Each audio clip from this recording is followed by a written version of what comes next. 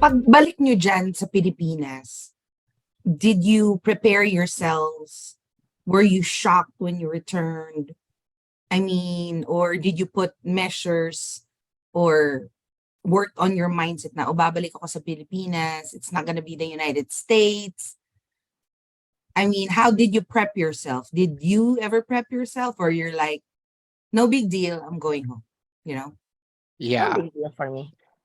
no big deal then for me. Except I think even in the first time that I went back, and especially the second time, I think what I really miss the most is the 2-day shipping. Yun yung pinakamahirap i-overcome, the Amazon 2-day shipping.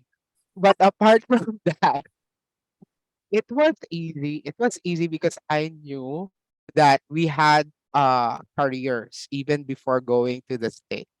We had something going on in the Philippines, which is not really uh I don't know uh available to a lot of people. So we're lucky, fortunate that we were early on in our careers as special educators, that we were able to establish some form of uh practice or presence among the community that we are working with even now.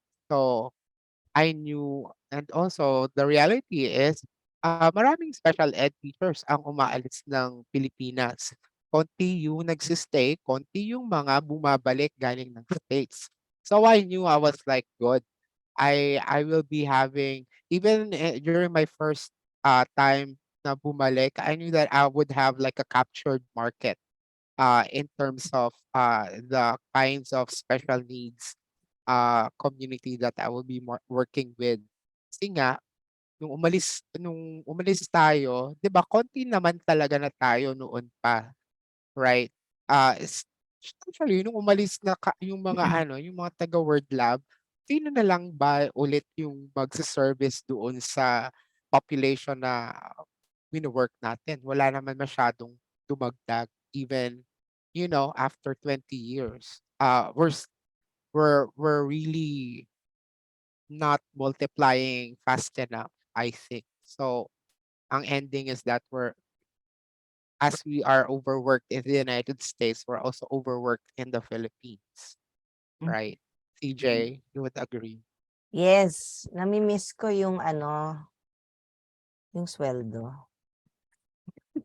Yun lang din. Ako naman, It's I'm very, true. yeah, I'm It's very comfortable. Kaya pala hindi ko siya nami-miss because I would still consider I am still living off my salaries, my savings from the States, even up until now after 3 years. Wow. So I think even before the first time, I think I saved enough for me to be comfortable. I still miss it, but I can work with what I have in the Philippines. Yung mga ganyan. And ano pala, second stint was financially it was also quite Right. difficult Mas because difficult na siya for you. actually yes, madaming utang. Utang rin, akala mo lang masarap ang buhay sa Yeah, Pilipinas. Pero and that was really the reason bago why I ka. tried to avoid the agencies, no? Okay. Uh during my second time Oo. because I knew the first time I used an agency, it was not that difficult to pay off because I was earning in dollars. And after 1 year, pwede mo na namang na-pay off na yun. Pero I didn't want that kind of experience again. So hopefully a lot of Elsa's clients would be going through that path of less fees going to the state. any advice to those who are trying to get a J1 visa, those who already have a J1 visa and their visa is about to expire? Any tips, any advice, words of wisdom that you could give them? Maybe we could start with CJ. Depends what your plans are, di ba? Okay. Are you in the US for the experience and you really plan to return home? And then, so if you do, then gather as much training as you can so you can bring it home and use it. Oo, kasi yung training na makukuha mo sa States, hindi mo yan makukuha dito, masyadong mahal. I mean sabi mo available if you receive it abroad, pupunta kang Singapore, sometimes they'll give it. You can ask them to come here. Masyadong mahal. So while you're in the US and you plan to return home or you're due to return home, my advice is for you to receive as much training as you can. So you're armed when you come back. That's Mm-mm, very good advice. I like that. mm-mm, True. mm-mm. Anything else you want to add, or that was Mag-ipon. it? Like for ano, ako na lang, for Oh, ikaw. new teachers who want to go to the States. So I have two advice sets for you. So the first advice is if you already know of friends or people na kilala nyo na nasa States, you reach out to them and ask them about how they were able to go to the United States because they will give you a lot of information about yung mga inner workings of how it happens, no? Some of them will know of ways that would avoid agencies, will directly hire you. There are a lot of parang ways of how to get to the United States without paying a lot. Secondly, I think isa sa mga recommendations ko sa inyo is like you go to Facebook and there are many pages out there, support groups for J1 visas, and they will also give you a lot of advices. Uh, Beware lang sa mga scams kasi marami din talaga sila na nagsa-scam. uh, you don't need to pay so much, but you have to get your sources from trusted people, and also from people who actually have been there na.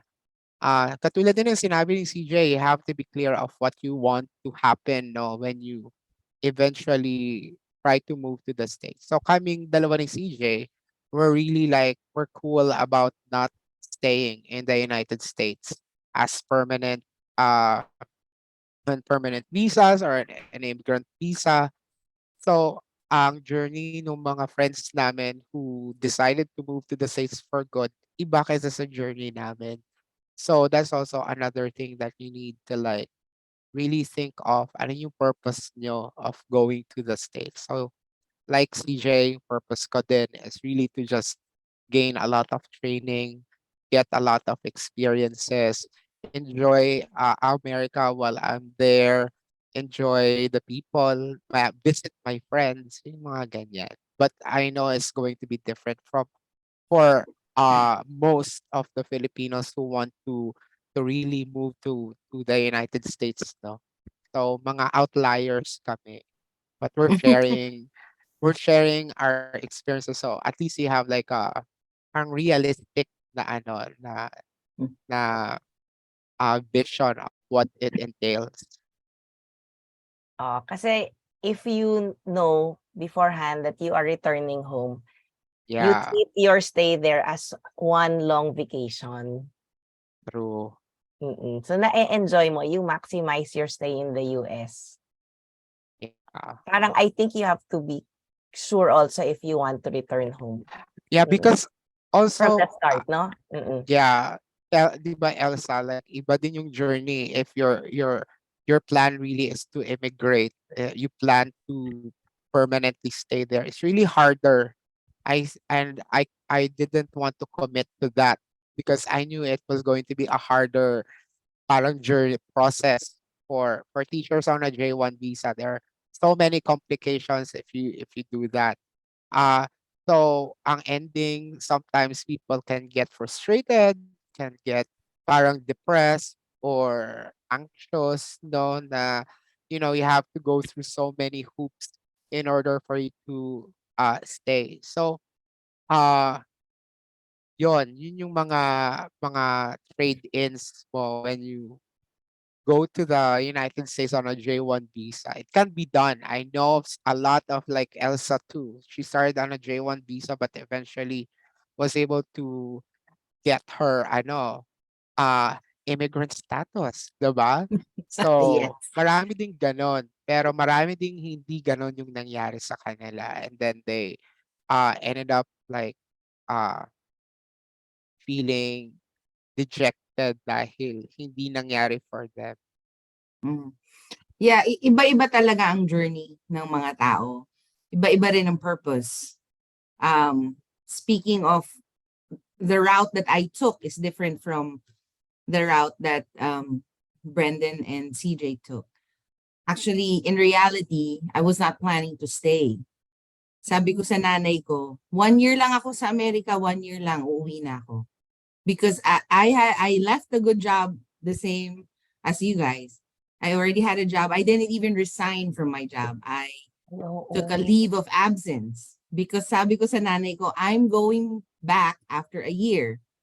Bakit ako pupunta sa Ikaw yung sa hindi Amerika, bumalik. magpapakaalila ako doon. O, di ba? Yun ang sabi ko.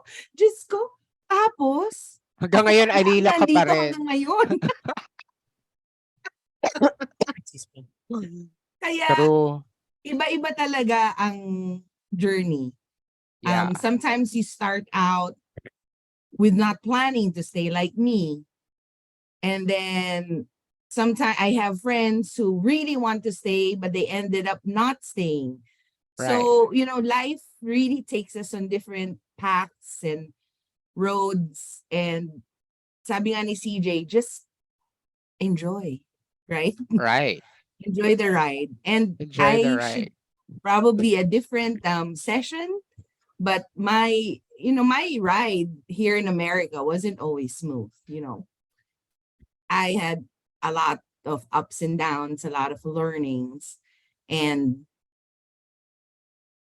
what I have learned, ganun din. Enjoy ka lang. Sige lang ng Right. sige. Right? So, I know when you both went back to the Philippines with everything that you learned from here. And of course, both of these individuals also did a lot of studying, a lot of going to school, a lot of reading, because we had a lot of resources. So when you went back, both of you started your own schools, right? Centers. Centers. Both Yeah, of them started their own centers. So, um, would you want to talk about your centers briefly and sure. First, let them I know? I did not start. My friends just started hers, so I joined her center. Oh, okay. So, Yeah, okay na rin yan. Joinage ka. So, Oo. what about Bago yung... lang. Pagdating ko, Hmm? kakasimula lang. And then, Teacher yeah, Breton was the first teacher in that center. yeah. But So CJ she So, was joined nagsama already... kami. us. Oo, Yeah, but CJ was Nagsama already kami. very bankable kasi she oo, just ang dami came niyang from dinala. America with Ang all dami the niyang dinala trainings, during that time. Yeah, right? yeah, Oo. Kasi nga, ang goal ko was umuwi at magamit yung natutunan ko sa Amerika. So, talagang right. mega training ako bago ako umuwi. No? Sama Yeah, training tayo, di ba, Elsa? right. Yeah. Tayo, oo. So you wanna, since si CJ sumali siya, could you tell us briefly about your center? Brand, ikaw yung may center.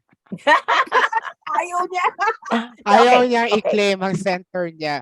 So, Hindi ako ko na na lang. So, center. Oh.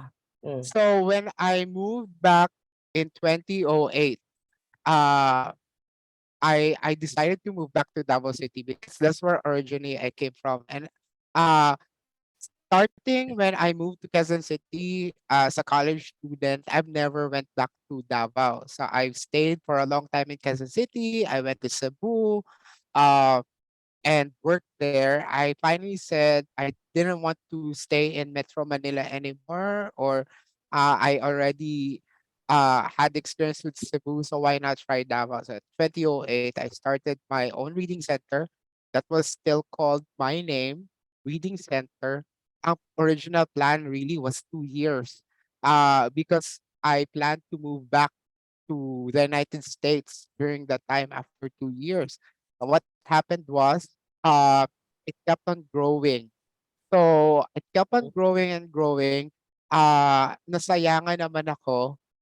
So I stayed for 5 years and it was still growing. Eventually, I think I had like 6 teachers by the time after I decided to move back to the States in 2013, it was still moving, even if I was already in the States. It was still like functioning. Yun nga lang, wala na ako. I didn't have anything to do with the day-to-day operations until, people actually would still want for the owner to be, have a presence, and then eventually nag-taper down na sila on their own. But when I decided to come back in 2019, there was still like a presence. So it was still running a little bit, pero minimum na lang. Yung mga ganyan. So I had to revive it. And luckily for me, my second run in the United States, the this district where I worked at was a Google school. So we had a huge Google facility in the area, so Oh. we're all Google teachers. They were trained to use Ah. Google products uh in its entirety. We're given all the platforms, the equipment by Google. So a lot of our trainings were digital in nature. So we're doing a lot of these digital gamified learning, uh, digital approach and intervention. Another factor was that we were using HMH Read 180 programs. I was a Read 180 teacher slash resource teacher. And if you didn't know, Read 180 is really state of the art online intervention program. So not a lot of teachers in America would be able to Mhm, use it kasi mahal siya. mm, In terms of like intervention, tier one intervention, no? mm, mm, So I did that for I think 4 years or maybe even the whole of my stay there. So I was still I used it for the longest time. So when I went back to the Philippines, uh the Reading Intervention Center, the one that I came up with way back in 2008, we're starting to implement digital intervention uh w- with with uh we couldn't afford Read 180 programs. So I had to adapt it. So we're still doing digital intervention where I had to like parang approach it in a different way na pang Philippines prices lang. And since 2019 up until now, so even during the pandemic, we're able to do our digital intervention the way that Read 180 or any digital intervention in the States would look like. So that's our main thrust right now in the Philippines. So really trying to make digital intervention mainstream, much more palatable to Filipino parents because for the longest time, Filipinos didn't want to do a lot of these digital interventions or digital even tablet use for their kids. But there's really, I don't know, I can say that we're right smack in the middle of a digital revolution. We cannot like keep away from it. It's right there at our doorstep. So we better use it na. So, and then I eventually, like CJ, when I moved back to the Philippines, I studied again. I went back to school, and this time I graduated na last year with a master's in clinical psychology. So veering away again from special ed.